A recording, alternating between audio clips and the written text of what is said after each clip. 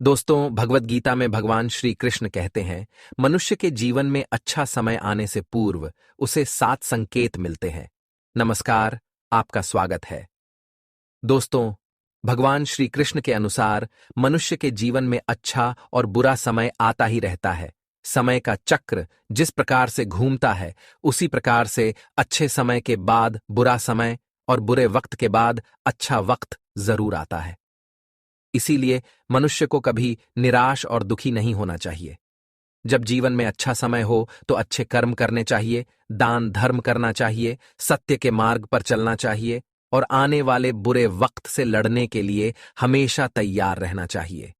और जब जीवन में बुरा वक्त आ जाए तो उसे उदास नहीं होना चाहिए, उसे ईश्वर पर आस्था रखने चाहिए। बुरे समय में कभी कोई अनिष्ट कार्य नहीं करने चाहिए, क्योंकि बुरा वक्त थोड़े समय का ही होता है, लेकिन वह बहुत दुख देता है। इसीलिए मनुष्य को बुरा वक्त बहुत लंबा लगने लगता है और अच्छा समय ज्यादा दिनों का भी हो तो उसे वह थोड़ा ही लगता है। कई लोग बुरा समय आने पर गलत काम करने के बारे में सोचने लगते हैं, लेकिन ऐसा नहीं करना चाहिए। बुरे वक्त में धैर्य बनाकर रखना चाहिए, मन को शांत रखना चाहिए, भगवान पर भरोसा करना चाहिए और देखते ही देखते बुरा वक्त भी खत्म हो जाता है। जो बुरे समय में विचलित हो जाता है, ईश्वर पर से आस्था खो देता है, बुरे काम करता है, उसे आगे चलकर और भी ज्यादा बुरे समय का सामना करना पड़ता है। इसीलिए दोस्तों, अच्छा समय आने पर कभी घमंड नहीं करना चाहिए, कभी दिखावा नहीं करना चाहिए, दूसरों को अपमानित भी नहीं करना चाहिए और बुरा वक्त आने पर धैर्य बनाकर रहना चाहिए। कभी कोई गलत काम नहीं करना चाहिए। सब्र करने से उसका फल मीठा ही मिलता है। दोस्तों, आज हम आपको बताने वाले हैं ऐसे 7 संकेतों के बारे में, जिनके बारे में भगवान श्री कृष्ण ने बताया है। अगर किसी व्यक्ति के जीवन में अच्छा समय आने वाला हो, उसका बुरा समय समाप्त होने वाला हो, तो उसे ये 7 संकेत अवश्य मिलते हैं। ऐसे संकेत दिखाई देने पर आपको प्रसन्न हो जाना चाहिए और भगवान पर श्रद्धा रखनी चाहिए। तो चलिए जान लेते हैं, अच्छा समय आने पर कौन से संकेत मिलते हैं। दोस्तों, अगर आप इस चैनल पर नए हैं तो इसे सब्सक्राइब जरूर करें, कमेंट में जय श्री कृष्ण जरूर लिखें, साथ ही वीडियो को एक लाइक जरूर कर देना। सबसे पहला संकेत है सुबह 3 से 5 के बीच में नींद का खुलना। दोस्तों, श्री कृष्ण कहते हैं, जब किसी मनुष्य की नींद सुबह अपने आप ही ब्रह्म मुहूर्त पर खुलती है तो उसे दिव्य संकेत मिलते हैं।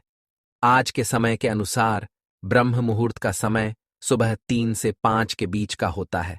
इस समय पर जिस भी व्यक्ति की नींद रोज खुलने लगती है तो उसे समझ लेना चाहिए कि उसके साथ कुछ अच्छा होने वाला है। ब्रह्म मुहूर्त में नींद खुलना कोई साधारण बात नहीं है। इस समय पर आकाश में एक अलौकिक ऊर्जा व्याप्त होती है। जो भी व्यक्ति इस समय पर जागता है, उसके जीवन पर इस अलौकिक ऊर्जा का प्रभाव पड़ता है। उसके अंदर सकारात्मकता बढ़ती है, उसे कार्यों में सफलता मिलने लगती है। ऐसा व्यक्ति सदैव निरोगी और उत्साही रहने लगता है।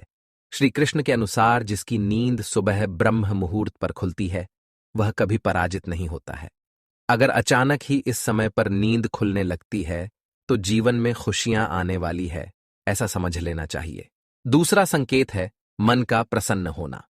अगर आपका मन अचानक ही बिना किसी कारण के प्रसन्न रहने लगे, आपके चेहरे पर एक मुस्कान प्रकट हो जाए, आपको अचानक ही कुछ अच्छा काम करने का मन करने लगे, दूसरे लोग आपके कार्यों के लिए आपकी प्रशंसा करने लग जाएं, आप देखते हैं कि आपका गुस्सा कहीं गायब हो गया है और आप सभी का अपनी प्यारी मुस्कान से स्वागत कर रहे हैं, तो यह संकेत है कि आपके साथ कुछ बहुत अच्छा होने वाला है।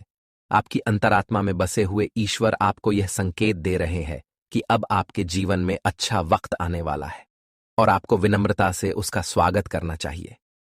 तीसरा संकेत है सपने में भगवान के दर्शन होना। यदि कोई व्यक्ति सपने में भगवान को खोजने के लिए इधर उधर भटकता है अथवा उसे सपने में भगवान के दर्शन होते हैं, भगवान सपने में उसे कोई कार्य करने की आज्ञा दे रहे हैं अथवा वह सपने में भगवान की पूजा कर रहा है, तो ये बहुत ही शुभ संकेत समझना चाहिए।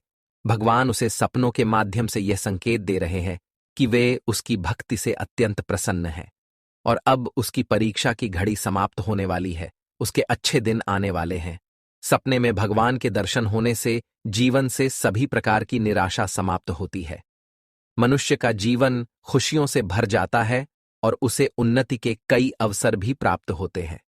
चौथा, संकेत मिलता है पशु पक्षियों के द्वारा। दोस्तों, पशु पक्षियों के माध्यम से भी हमें कई प्रकार के शुभ संकेत प्राप्त होते हैं। जैसे द्वार पर बार बार गौ माता का आना शुभ संकेत है। शास्त्र कहते हैं, जिस घर के द्वार पर नित्य गौ माता पधारती है, उस घर की कभी अधोगति नहीं होती है। ऐसा घर कभी नहीं डूबता है। ऐसे घर में निवास करने वाले सदैव उन्नति ही करते हैं। इसीलिए द्वार पर गाय का आना बहुत ही शुभ संकेत कहा गया है। अगर आपके भी द्वार पर रोज गाय आती है तो उसे रोटी जरूर खिलाए और प्रणाम करे। गाय की पीठ पर एक कूबड़ होता है, उसे स्पर्श भी जरूर करे। इसे स्पर्श करने से सभी रोगों का नाश होता है और सुख समृद्धि आती है।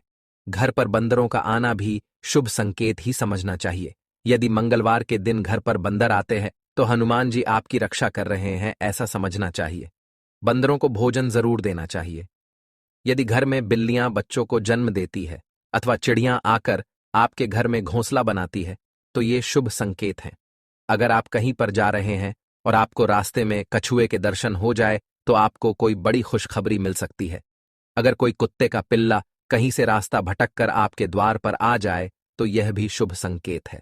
आपके जीवन में ढेर सारी खुशियां आने वाली हैं। पांचवा संकेत मिलता है प्रकृति के द्वारा। यदि आपके घर के पेड़ पौधे अचानक ही हरे भरे दिखाई देने लगे, तुलसी का पौधा अचानक ही हरा भरा दिखने लग जाए, हवा के झोंके से पेड़ पौधों से मधुर ध्वनि सुनाई देने लगे, अथवा अचानक ही कहीं से सुगंध आपको महसूस होने लगे, तो ये भी प्रकृति के द्वारा मिलने वाले शुभ संकेत है। अगर आपके घर के आसपास नीम का पेड़ अथवा तुलसी का पौधा और पीपल का पौधा अपने आप ही उग जाए तो यह मां लक्ष्मी के आने का शुभ संकेत है। आपके जीवन में अवश्य ही कुछ बड़ा और अच्छा होने वाला है। छठा संकेत है, दोस्तों, बच्चे ईश्वर का ही रूप होते हैं। उनके अंदर कोई पाप नहीं होता है। यदि सुबह सुबह आपको कोई लाल वस्त्र धारण की हुई कन्या दिखाई दे और वह आपको देखकर मुस्कुरा रही है तो इसे शुभ संकेत कहा गया है। मां लक्ष्मी आपसे अत्यंत प्रसन्न है। आपको जल्द ही धन की प्राप्ति होने वाली है। यदि पूजा घर में देवी देवताओं की मूर्तियों पर रखे हुए फूल अचानक ही गिर पड़े तो इसे शुभ संकेत समझना चाहिए। जिस देवता की मूर्ति से फूल गिरता है, मनुष्य को उसी देवता से संबंधित फल की प्राप्ति होती है। जैसे मां लक्ष्मी की मूर्ति से फूल गिरने से धन की प्राप्ति होती है, देवी सरस्वती की मूर्ति से फूल गिरने पर विद्या और यश की प्राप्ति होती है। यदि पूजा करते समय दीपक की लौ बढ़ती हुई दिखाई पड़े तो इसे शुभ संकेत समझना चाहिए। ईश्वर आपकी पूजा से प्रसन्न है और आपकी कोई मनोकामना पूर्ण होने वाली है। यदि देवताओं के सामने रखा हुआ जल कम हो जाए अथवा मूर्तियों द्वारा जल पीने का आभास होने लग जाए तो यह अत्यंत शुभ संकेत समझना चाहिए। यदि सुबह सुबह मंदिर के घंटियों की अथवा शंख की आवाज सुनाई दे तो इसे शुभ संकेत समझना चाहिए। आपका कोई बड़ा कार्य सिद्ध होने वाला है। तो दोस्तों, क्या आपको भी इनमें से कोई संकेत मिले हैं तो कमेंट करके जरूर बताएं। जानकारी अच्छी लगी तो वीडियो को लाइक जरूर करें और कमेंट में जय श्री कृष्ण एवं जय मां लक्ष्मी अवश्य लिखें। साथ ही चैनल को सब्सक्राइब करें। आप सभी का धन्यवाद।